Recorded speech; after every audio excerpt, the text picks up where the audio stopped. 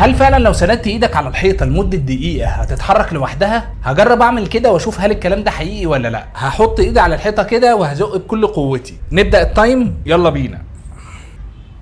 دلوقتي عدى نص الوقت ولحد الان مش مصدق الكلام ده، بس خلينا نجرب للاخر. لو انت ما تعرفش فانا المبدع بجرب حاجات غريبه واشارك التجربه معاكم. ودلوقتي خلاص هشيل ايدي من على الحيطه، بس قبل ما اكمل ما تنساش تعمل لايك وفولو علشان التجربه الجايه اغرب. المفروض بعد ما اشيل ايدي احطها جنبي على طول. جاهزين؟ يلا بينا. ايه ده بقى؟ ايه ده؟ لا بجد ايه ده يا جدعان؟ والله بتترفع لروحها. طب استنى تاني، ننزل تاني كده. تحس ان في حاجه بتشد ايدي فعلا بتترفع لوحدها. هجرب تاني، استنى. الله الله، بتترفع فعلا. سبحان الله يا جدعان. اللي فاهم اللي حصل ده حصل ازاي يعرفنا في التعليقات. لا بجد والله حاجه غريبه. سبحان الله.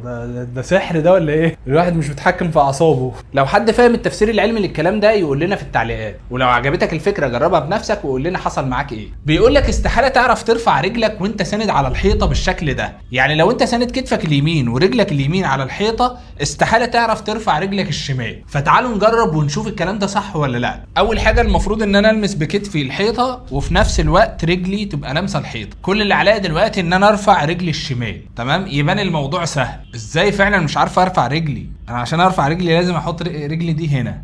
الموضوع غريب. طب اعمل ايه؟ لا ازاي الموضوع كده؟